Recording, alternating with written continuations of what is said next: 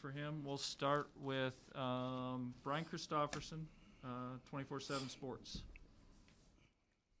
Hey, Tony, thanks for doing this. Ty Robinson's obviously a guy people are pretty interested in. What's your level? How do you feel about just where he's at right now, going from last year where it's sort of a learning mode maybe to now where he needs to really jump in the fire for you? Yeah, Ty's he's made some tremendous strides. Especially now that we're starting camp and being in pads. Really excited for him. He's hungry to come out and be able to play for us. So expecting a lot out of him, and he's expecting a lot out of himself. So he's getting better and better every single day. Just for him, it's just the live experience. He's got the talent. He's got the size. For a big man, he can move pretty well. So when he gets in live game situations, he's got to continue to grow and get used to that tempo and that pace because it's hard to replicate that in practice. How many do you feel good about right now as far as a rotation as camp kind of rolls into with your pads on now and all that?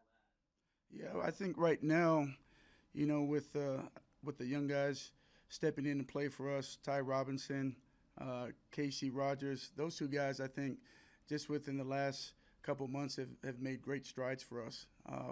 Feeling a lot more confident about them being able to come in and play for us. And just with them two adding to our depth, I feel good about having about 6-7 guys ready to play. Jordan Riley's coming along. Keem Green's coming along. Obviously, DT, Snacks, and Stilly, those guys played a lot for us last year. So being able to have Casey Rogers, Jordan Riley, Keem Green, and Ty Robinson help seal up the load there for us. I think we feel good about having 6 or 7 guys ready to play for us. Thank you. Husker Online, Sean Callahan. Yeah, Coach, I'm just curious with a younger group, how important are these padded practices just because you didn't get the spring to really evaluate guys with pads on? Yeah, it's really important, especially when we put them in live situations. Today we had live tackling, so it's a little bit different when you're taking on blocks and then you're using a block release move and then you're fitting up on a running back as opposed to now you got to tackle a moving target. So we can't get enough of those live situations. Coach Frost is doing a great job putting in those controlled tackling situations for us, but we can't have enough of those. But for the young guys, they're coming along. Ty Robinson, I really like how Casey's been able to grow and develop for us.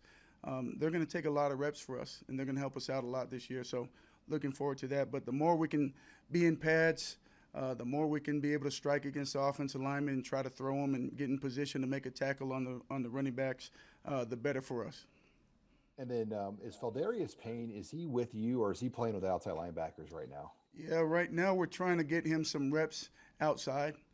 He does a good job with, being able to rush off the edge. So we're going to try to utilize him to the best of his ability. So I think he puts a lot of stress on offensive tackles to be able to give us an edge rush. So he's working with Coach Dawson right now. Thank you. Evan Bland, Omaha World Herald.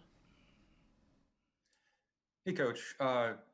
Stopping the run in the Big Ten has been a struggle for Nebraska for a number of years. I guess I'm curious, how would you describe kind of your vision for how the line helps in stopping the run within the scheme, and maybe what's your optimism that it could do that here this season?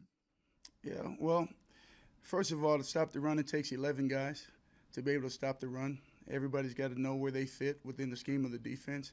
But for us up front, it starts with controlling line of scrimmage.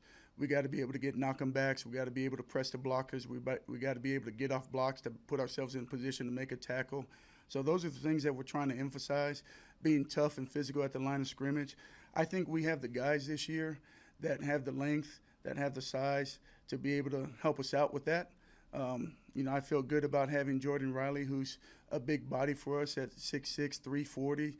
Ty Robinson, a big body at 6'6", 6'5", 325. Keem Green at 315. So we got some big bodies that should be able to help us with that up front. But it's being able to do that consistently, not just one snap. And so that's what we're really trying to emphasize, being tough and physical up front. Hail Varsity, Derek Peterson. Go ahead, Derek. Hey, Tony. For Ty Robinson specifically, with him being a young guy, do you want him focusing on one position, or is he going to be playing both inside and outside for you on the line? Right now, I got him playing defensive end and nose guard for us. So he's going to be a combination player for us, similar to what we did with Carlos Davis last year, being able to play end and nose. He's got the body type and the athleticism to be able to do that. So he's not the only one that I'm trying to cross train. I think we're trying to do that with most of our guys.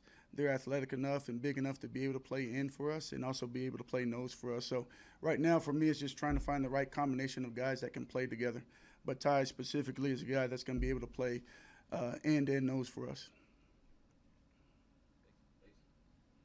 Got 3 more in the queue here for Coach Tuioti, so we'll take those before we move on to players. Mitch Sherman, the athletic. It's not ideal to just jump in Big Ten play in any season. Probably even more of a challenge when you got Ohio State and Wisconsin right out of the gate. They both bring back 50-plus starts on the offensive line, and then Penn State in week 4 has 80-plus starts back on the O-line.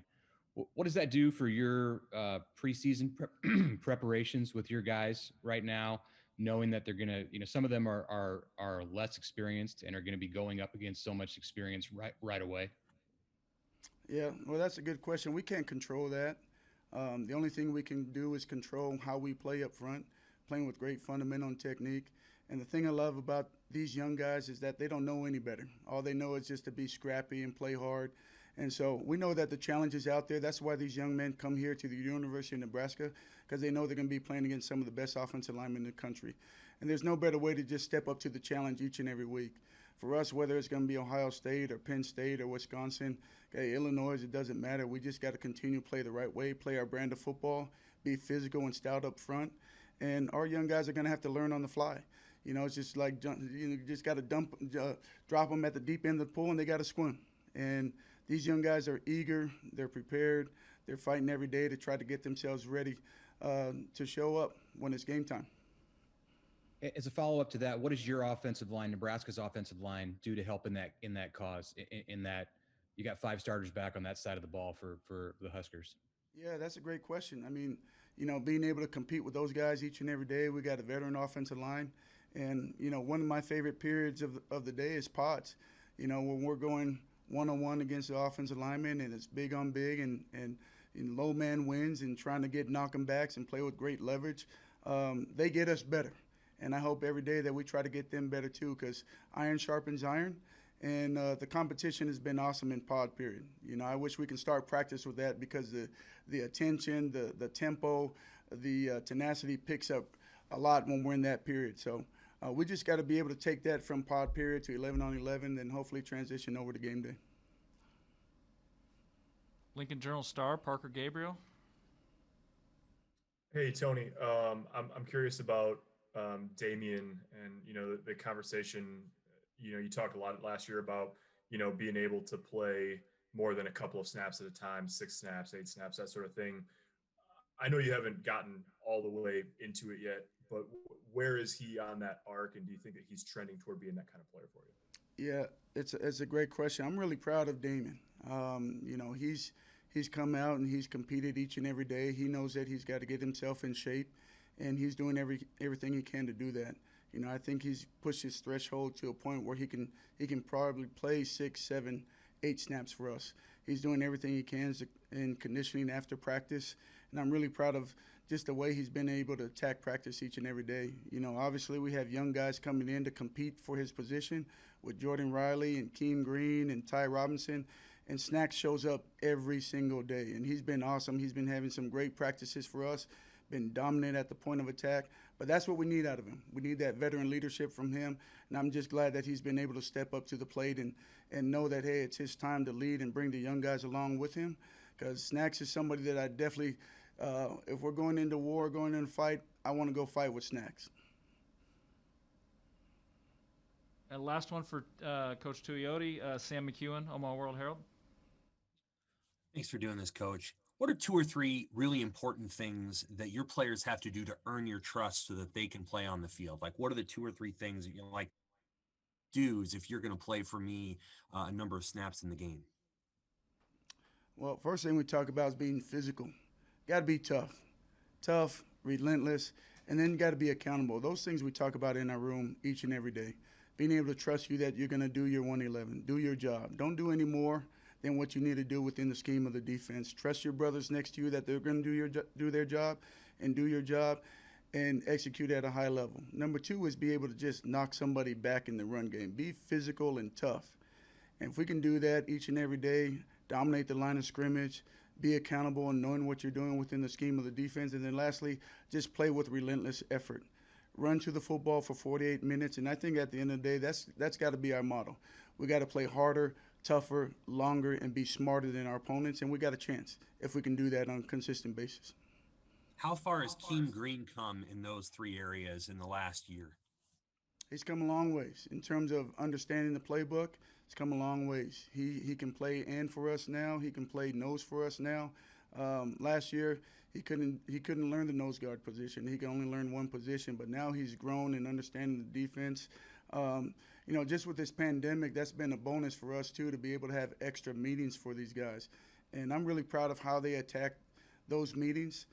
They could easily just go into autopilot and not care about what we're doing. But I'm proud of the young men for taking advantage of this extra time to meet, these extra practices that we've had to put themselves in a position to be able to put out the best product we can. So Keem's done a great job of learning the defense and then also running to the football. That's been the biggest thing for him, is just being able to be relentless and running to the football, not just sometimes, but all the time. And I think for our young guys now, our junior college transfers that are coming in, we need those guys to help us. But they got to do it our way, and they got to do it each and every time. So once we can get those guys to do that, I feel a lot better about them being on the field more and more for us.